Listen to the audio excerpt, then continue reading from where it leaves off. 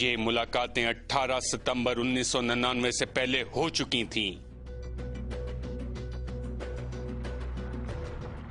18 सितंबर तक DG military operation को तमाम तैयारियां मुकम्मल होने की इत्तला दे दी गई। 111 ब्रिगेड को स्टैंड बाय रहने के अहकामात दे दिए गए थे। ये सब 2-3 लोगों ने किया। जनरल अजीज और जनरल महमूद मरकजी किरदार थे, बाकी किसी से भी नहीं पूछा गया था। वजीर आजम नवाज शरीफ को इन तमाम मुलाकातों और फैसलों के बारे में कतई इल्म न था, जबकि वजीर आजम के करीबी general DG ISI lieutenant general Ziauddin इन हालात से बेखबर लंदन और रोम के 3 हफ्ते के दौरे पर थे।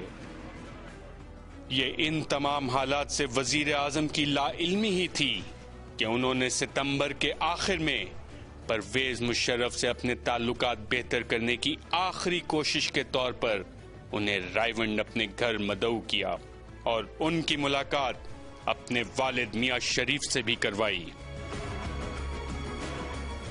The kind of words my grandfather uttered. मैं उस मीटिंग में मौजूद था। मेरे दादा, वालिद और ताया भी वहां मौजूद थे। मेरे दादा ने कहा था कि आप सबके दरमियान जो भी गलत फहमियां मौजूद हैं, उनको भुलाकर एक नई शुरुआत करनी चाहिए। वो एक दूसरे से गले मिले और साथ खाना भी खाया। फिर मुशर्रफ साहब चले गए।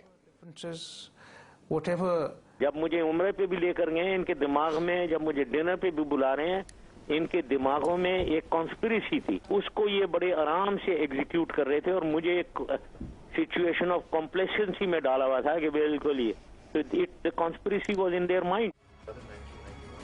इस मुलाकात में भी परवेज मुशर्रफ और नवाज शरीफ के दरमियान बर्फ ना पिघल सकी। नवाज शरीफ ने ताल्लुकात में बेहतरी की एक और कोशिश के लिए परवेज मुशर्रफ को उनकी अहलिया के हमरा उम्रे पर ले जाने की दावत दी। उम्रे से वापसी पर आर्मी हाउस रावलपिंडी में तमाम जर्नैल एक मर्तबा फिर इकट्ठे हुए। इस मुलाकात के चंद ही रोज बाद परवेज मुशर्रफ को श्रीलंका के दौरे पर रवाना होना था। परवेज मुशर्रफ को हुकूमत का तख्ता उलटने की तैयारियों से आगाह किया गया।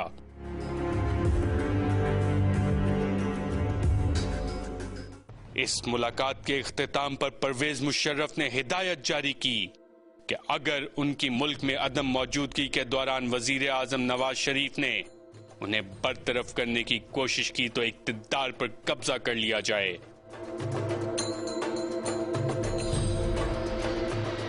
ये हुक्म देने के बाद परवेज मुशर्रफ श्रीलंका के दौरे पर रवाना हो गए।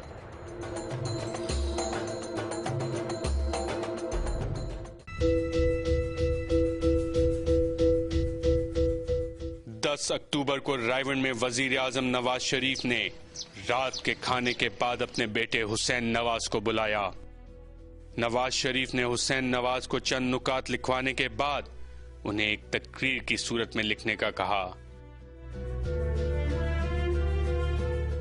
परवेज मुशर्रफ को बर्खास्त करने का फैसला हो चुका था और इस तकरीर में, जो कि सरकारी टीवी पर नश्र की जानी थी, नवाज शरीफ ने परवेज मुशर्रफ को नौकरी से बर्खास्त करने की वजूहात बयान की थी।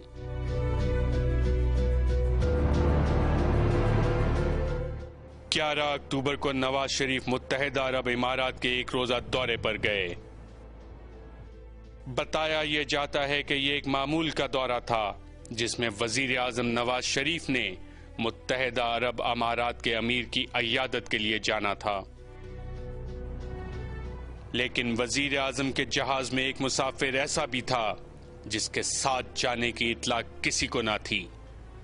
ये मुसाफिर थे उस वक्त के हाजिर service DG ISI lieutenant general Ziauddin. इसके साथ साथ जहाज में उस वक्त के चेयरमैन PTV परवेज रशीद और वजीर आजम के साहबजादे हुसैन नवाज भी मौजूद थे। जहाज ही में नवाज शरीफ ने परवेज मुशर्रफ के खिलाफ अपने शदीद तहफ्फुजात का इजहार करते हुए अपने करीबी DG ISI जनरल जियाउद्दीन से कहा कि वो नए आर्मी चीफ की जिम्मेदारी उन्हें सौंपना चाहते हैं। सफर के इख्तिताम से पहले नवाज शरीफ ने हुसैन नवाज को उनकी तकरीर में चंद मजीद नुकात शामिल करने का कहा। DGISI जनरल ज़ियाउद्दीन ने नया आर्मी चीफ बनने की हामी भर ली थी। 12 अक्टूबर 1999 को सुबह नवाज शरीफ ने बहैसियत वजीर आजम मुल्तान का दौरा करना था।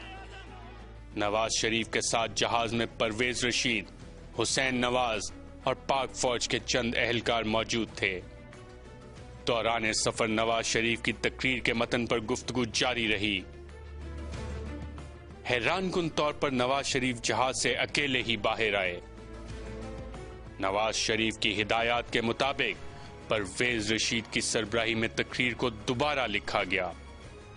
इस्लामाबाद वापसी से कबल नवाज शरीफ ने उस वक्त के सेक्रेटरी दिफा और वजीर दाखिला चौधरी निसार के बड़े भाई लेफ्टिनेंट जनरल इफ्तिखार को हिदायत की कि वो तमाम मसरूफियात तर्क करके उन्हें रावलपिंडी की चकलाला एयरबेस पर मिलें। नवाज शरीफ तकरीबन 3 बजे वापस पहुंचे। उन्होंने चकलाला एयरबेस पर पहले से मौजूद सेक्रेटरी दिफा को अपने साथ वजीर आजम हाउस चलने का कहा। वजीर आजम हाउस पहुंचने के बाद नवाज शरीफ ने लगभग 4 बजे अपने प्रिंसिपल सेक्रेटरी सईद मेहदी और सेक्रेटरी दिफा को army chief general Parvez Musharraf की बरतरफी और उनकी जगह DGISI लेफ्टिनेंट जनरल ज़ियाउद्दीन की बतौर आर्मी चीफ तैनाती का नोटिफिकेशन फौरी तौर पर तहरीर करने का कहा। 4:20 पर वो नोटिफिकेशन दस्तखत के लिए वजीर आजम के पास पहुंचा, जो उस वक्त की नवाज हुकूमत का जारी करदा आखिरी नोटिफिकेशन साबित हुआ। नोटिफिकेशन पर दस्तखत के वक्त लेफ्टिनेंट जनरल ज़ियाउद्दीन भी वजीर आजम हाउस में नवाज शरीफ के साथ मौजूद थे।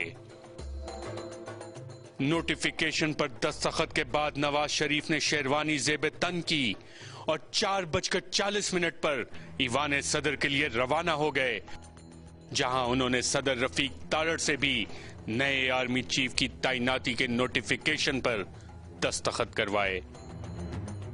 ईवान सदर जाते हुए वजीर आजम ने अपने military secretary brigadier Javed Malik को नए आर्मी चीफ जनरल ज़ियाउद्दीन से ऑफिशियल मुलाकात के फोटो सेशन की तैयारी करने का हुक्म दिया। 5 बजे army chief general Parvez Musharraf की बरतरफी और नए आर्मी चीफ की तैनाती की खबर सरकारी टीवी पर नश्र कर दी गई। इस खबर ने इक्तिदार के ऐवानों में हलचल मचा दी। खबर का नश्र होना था कि परवेज मुशर्रफ के साथी जर्नैलों ने अपने मंसूबे पर अमल दरामद का आगाज कर दिया।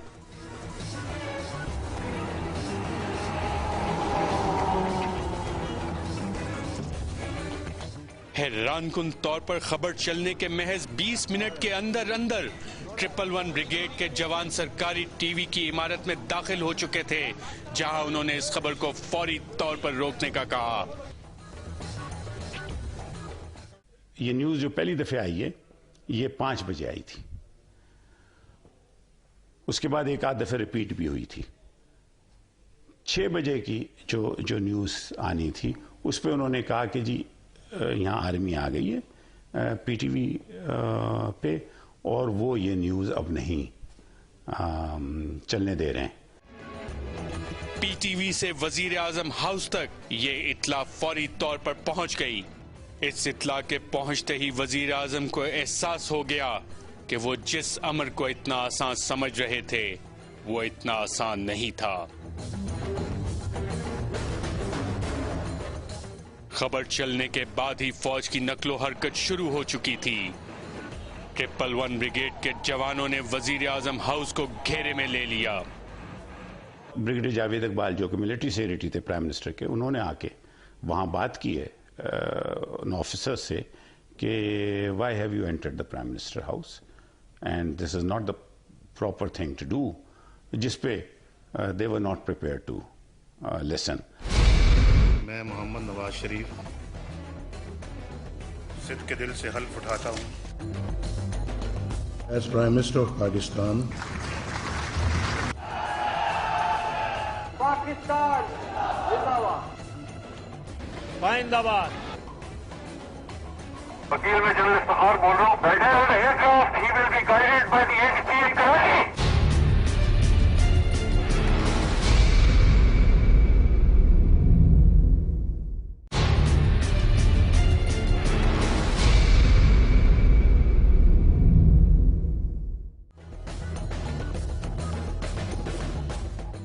वजीर आजम हाउस के कुछ लोग ये भी कहते हैं कि नवाज शरीफ बार बार अपने स्टाफ से पूछते थे कहीं फौज तो नहीं आ गई।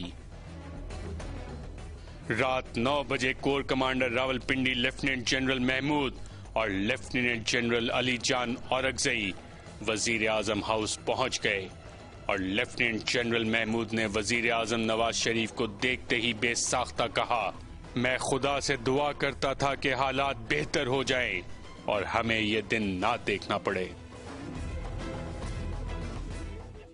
आर्मी चीफ परवेज मुशर्रफ को मालूम था कि वजीर आजम उन्हें बर्खास्त करके DGISI लेफ्टिनेंट जनरल ज़ियाउद्दीन को आर्मी चीफ तैनात करना चाहते हैं। ऐसी किसी भी सूरत में फौज ने क्या करना है ये भी पहले से तय हो चुका था।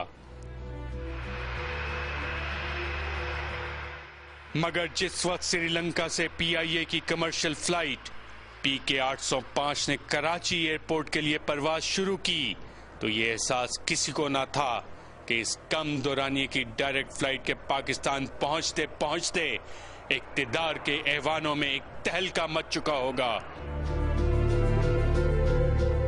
और मुल्क की तारीख में एक मर्तबा फिर फौज मुंतखब जमहूरी हुकूमत का तख्ता उलटकर इक्तिदार पर काबिज हो चुकी होगी। इस फ्लाइट की कहानी मुख्तसर मगर निहायत सनसनीखेज है। फ्लाइट ने 6:50 पर कराची एयरपोर्ट पर लैंड करना था। टेक ऑफ से पहले जहाज के अमले को कतई इल्म न था कि उन्हें पाकिस्तान के किसी भी एयरपोर्ट पर जहाज उतारने की इजाजत नहीं मिलेगी। जहाज से एयर ट्रैफिक कंट्रोल पर पहला राब्ता 6:10 पर किया गया। राब्ता करने पर जहाज के पायलट को बताया गया कि वो पाकिस्तान में किसी भी एयरपोर्ट पर लैंड नहीं कर सकते। जहाज को कहां लैंडिंग करना होगी ये फैसला पायलट पर छोड़ दिया गया। इसके चंद मिनट बाद फौज कराची एयरपोर्ट का कंट्रोल संभाल चुकी थी। Corps commander Karachi lieutenant general Usmani और major general Iftikhar Karachi airport पहुंच चुके थे। मैसेज दिया है कि the takeover has been completed और अब आप लैंड कर सकते हैं। फिर एयर ट्रैफिक कंट्रोल से मेजर जनरल इफ्तिखार ने तैयारे के पायलट से राब्ता किया और तैयारे के पायलट को कहा गया कि किसी दूसरे एयरपोर्ट पर जाने की जरूरत नहीं, लैंडिंग कराची एयरपोर्ट पर ही होगी। सर आवाज बोल रहा हूँ। सर सर जनरल साहब यहाँ है। 805 मस्ट लैंड है सर, आप इनसे बात करें। हेलो हेलो हेलो हाँ हेलो कौन बोल रहे हैं? वकील बोल रहा हूँ। वकील में जनरल इफ्तिखार बोल रहा हूँ। जी सर साहब जहाज को आप डायरेक्ट इसको कराची ATC के साथ कर दें। ATC को कांटेक्ट कर लो क्या sir? Aircraft he will be guided by the ATC in Karachi. Right, sir, but he is saying that he is planning and he said I will let you know. You just tell the pilot to get directly in touch with the ATC Karachi. Pakistan 805, I'm getting you incoming phase out of 120. Request intentions. Hello? Hello? Sir, land क्यों नहीं कर रहे हैं sir? ये wait कर रहा है, वो सीधा क्लाइंब कर रहा है। He said कि I'm trying to set fuel, I'm going up, so I have very little fuel. So he is out of already one. तो ये तो कोई बात नहीं बनी ना, ये मस्ट लैंड है, लैंड क्यों नहीं कर रहा है? उसको कह रहे वापस आओ, वो नहीं आ रहा हूँ। Pakistan 805, turn left heading 240, vector for Karachi for landing. उसको कहेंगे you are hereby directed to please land in Karachi airport. The Karachi control tower will guide you. There is no need to divert anywhere. Is that clear? Oh. कुछ ही देर में परवेज मुशर्रफ तैयारे के cockpit में पहुंच चुके थे। जहाज के पायलट की जानिब से एयर ट्रैफिक कंट्रोल पर राब्ता करके कहा गया कि general Parvez Musharraf corps commander Karachi से बात करना चाहते हैं, मगर वो वहां मौजूद नहीं थे। जनरल मुशर्रफ ने मेजर जनरल इफ्तिखार से बात की। तैयारे के कॉकपिट से परवेज मुशर्रफ ने 7:32 पर जो आखिरी हुक्म दिया, उसमें कहा गया कि लेफ्टिनेंट जनरल महमूद और अजीज से कहें कि किसी को मुल्क से जाने की इजाजत ना दी जाए।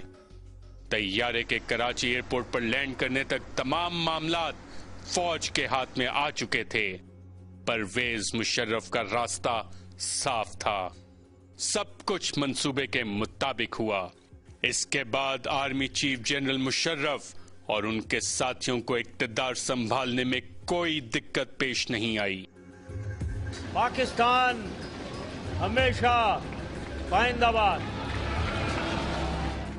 12 अक्टूबर की इस तारीख साज दास्तान के बाद जनरल परवेज मुशर्रफ ने बिला शिरकत गैर पाकिस्तान पर हुकूमत की। 9 साल तक मुल्क में जमहूरियत के नाम पर आमरीयत का रक्स जारी रहा।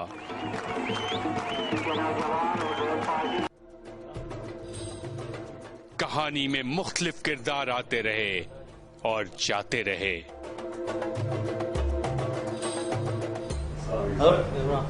कैसे पर्दा स्क्रीन पर सियासतदान आमिर की उंगली के इशारों पर नाचते रहे। इस सियासी पुतली तमाशे का दौरानिया बढ़ता गया, मगर फिर तारीख के पन्नों पर यह तहरीर होना बाकी था कि परवेज मुशर्रफ को कैदी नंबर 1500 अलॉट किया गया। परवेज मुशर्रफ ने इक्तदार से रुखसती, खुद साख्ता जिलावतनी और फिर वापसी पर यह दिन भी देखा कि उन्हें गर्मियों की एक रात इस्लामाबाद पुलिस लाइन के एक 16x10 के कमरे में गुजारना पड़ी। वही शहर इक्तदार जहां कभी उनका तूती बोलता था। मैं मोहम्मद नवाज शरीफ सिद्ध के दिल से हल्फ उठाता हूँ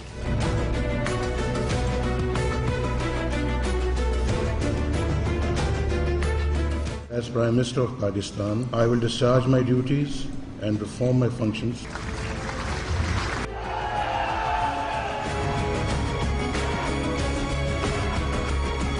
पाकिस्तान जिंदाबाद। पाइंदाबाद।